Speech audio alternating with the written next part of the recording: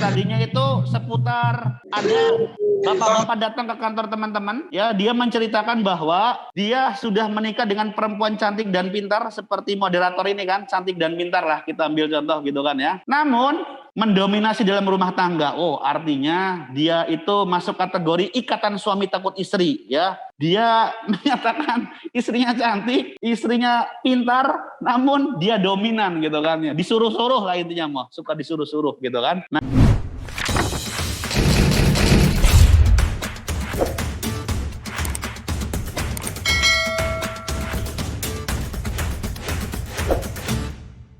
apakah mahasiswa memiliki peran untuk membuat legal opinion? Saya jawab bisa. Bahkan tidak hanya mahasiswa, dosen, paralegal itu memiliki hak dan memiliki kesempatan yang sama dengan kita sebagai seorang praktisi hukum atau advokat untuk memberikan bantuan hukum di luar pengadilan sebatas memberikan konsultasi hukum atau legal opinion seperti itu. Apa bedanya konsultasi hukum dengan pendapat hukum ya atau legal opinion? Kalau konsultasi hukum itu biasanya isinya itu jawaban secara lisan. Tetapi kalau legal opinion itu wajib dibuat secara tertulis. Karena kalau misalnya tidak dibuat secara tertulis atau resmi, ini sama dengan kita memberikan masukan atau pendapat hukum seperti biasa kita konsultasi hukum dengan klien-klien kita pada umumnya seperti itu. Oleh karenanya, tidak hanya seorang praktisi hukum yakni seorang advokat yang bisa memberikan bantuan hukum di luar pengadilan berupa memberikan legal opinion atau pendapat hukum, mahasiswa, dosen pun bisa melakukan aktivitas tersebut tentunya dengan diimbangi oleh ilmu pengetahuan yang mereka miliki selama berkuliah.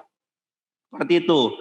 Oleh karenanya di sini teman-teman bisa melihat bahwa istilah hukum yang sebenarnya tidak ada pengertian yang baku terkait legal opinion. Hanya saja dalam literatur legal opinion merupakan sebuah sekumpulan dokumen tertulis yang berisi pendapat dari advokat atas isu atau persoalan hukum yang sedang dihadapi oleh klien. Seperti itu ya. Jadi konsultasi hukum sama pendapat hukum atau legal opinion itu kalau misalnya kita konsultasi hukum itu umumnya kita mengalir seperti air aja. Kita ketemu, dia bercerita, kita menjawab dan umumnya itu tidak tertulis. Tetapi kalau kita diharuskan untuk membuat legal opinion ya, ini wajib dibuatkan dokumentasi hukumnya. Karena kalau sudah berbicara legal opinion ini umumnya diminta secara resmi oleh calon atau oleh klien kita. Nah, kurang lebih seperti itu.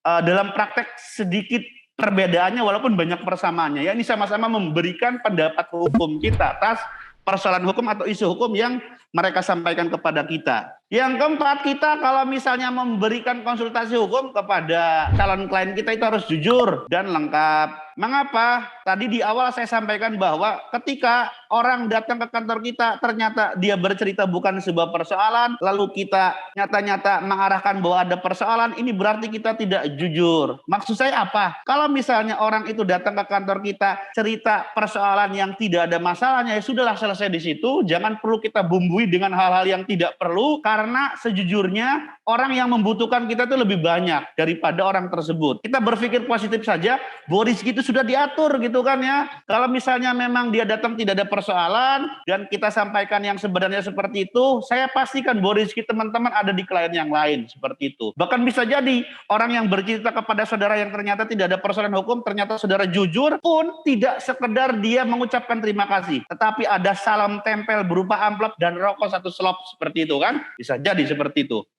Nah, teman-teman yang saya hormati, kenapa di sini seorang seorang yang memberikan konsultasi hukum itu harus jujur dan lengkap? Jelas bahwa mereka yang tersangkut persoalan hukum datang ke kantor kita atau datang ke rumah saudara sebagai mahasiswa atau sebagai seorang dosen, jika memberikan masukan dengan tidak didasari kejujuran regulasi yang berlaku di negara kita, tentunya berakhir dengan sebuah kesesatan. Ibarat kita kalau mau pergi ke Jakarta, semestinya kita melalui jalan B, tetapi kita kasih putar-putar dulu sampai dengan jalan-jalan yang lain, saya kira kasihan itu orang.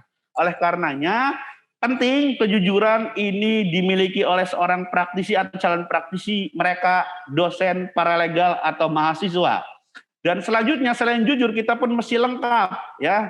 Kenapa mesti lengkap? Tadi itu saya jelaskan bahwa sumber hukum formal itu tidak hanya satu undang-undang, diupayakan teman-teman pun harus memahami sumber hukum yang lain untuk lebih memaksimalkan konsultasi hukum kita kepada calon pencari keadilan. Nah, oke, yang kelima, bukan jaminan kemenangan.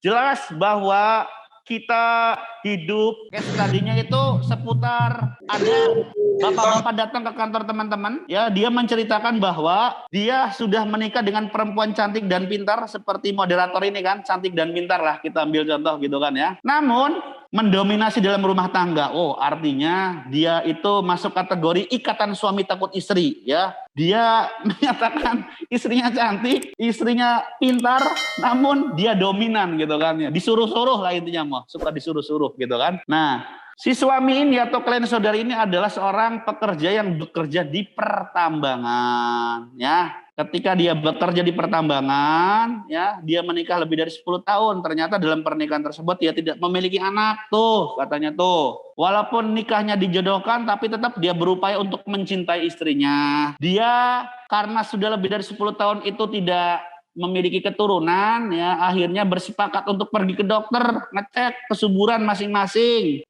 Setelah dicek ternyata si perempuan disimpulkan oleh dokternya mengalami kemandulan atau tidak memiliki anak gitu kan ya. Akan tetapi si suami berupaya untuk tegar melihat kenyataan itu. Dalam perjalanannya si suami ini berupaya untuk sabar dan sabar. Pas ngelihat Tulus sama istrinya sama anak-anaknya gitu kan ya. Akrab banget gitu tuh, ternyata dia iri seperti itu. Akhirnya karena sering banget dia melihat fenomena seperti itu, iri itu, dia datang ke kantor saudara ingin mempertanyakan dua hal.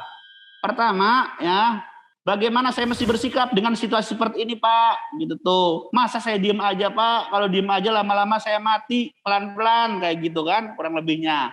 Selanjutnya yang kedua, bagaimana cara berpoligami yang benar? Karena pernah rekan saya melakukan poligami malah ditahan oleh pihak yang berwajib tuh. Saya sih meyakini mungkin di antara 60 audien ini kayaknya ada salah satu atau beberapa orang nih yang mengalami persoalan yang sama ya. Saya harap ini pun bisa mewakili jawabannya buat teman-teman yang merasa. Tapi semoga aja tidak lah. Ini ceritanya ada di negeri Baghdad lah, bukan di sini ya. Nah, ketika kita sudah mengetik persoalan seperti itu, ya, duduk perkaranya secara sempurna ya. Poin yang kedua itu kita diharuskan langsung connect gitu kan ya. Wah, ini masalah hukum keluarga, aturan hukumnya apa aja mungkin saya bisa memahami. Oh, berarti Undang-Undang Nomor 1 tahun 74 tentang perkawinan. Tolong redak atasi dulu, Neng. Nah ya gitu. Terus yang kedua, karena ini adalah menyangkut turun ya. Muslim gitu kan ya. Kita pakai kompilasi hukum Islam.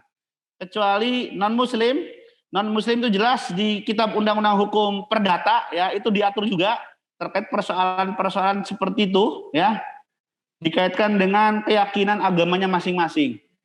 Terus yang ketiga kita cantumkan juga kitab undang-undang hukum pidana atau undang-undang nomor 8 tahun 81 tentang pemberlakuan KUHP dan KUHP.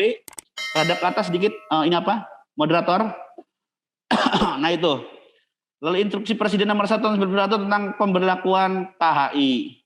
Teman-teman yang saya hormati, ya, itu sistematiknya sudah dibuat tuh. Nah, yang ketiga, kita langsung ya membuat pendapat hukum. Nah, pendapat hukumnya jelas ya, dari regulasi yang sudah kita catat, kita racik nih pasal per pasal, poin per poin atau ayat per ayat, lalu kita elaborasikan. Nah, disinilah seni kita sebagai seorang praktisi hukum, sebagai mahasiswa atau dosen atau paralegal, yang mana dituntut untuk membuat pendapat hukum kita secara tertulis nih. Kalau ngomong seperti saya sekarang ini kan enak nih kan ya, mengalir seperti air, entah yang diomongin apa, kadang setelah ngomong mungkin bisa saja yang ngomong lupa gitu kan ya. Tetapi kita di sini dituntut untuk menulis gitu kan ya, jawaban kita harus dituangkan di dalam sebuah tulisan. Rekan-rekan yang saya hormati, kalau melihat sistem peradilan negara kita itu, karena sistem hukum kita ini menganut civil law atau Eropa kontinental, di mana salah satunya itu adalah hukum bersifat tertulis, ya, beda dengan common law, ya, atau Anglo-Saxon gitu kan ya. Di situ hukumnya tidak tertulis, sistem peradilannya pun berbeda. Kalau sistem peradilan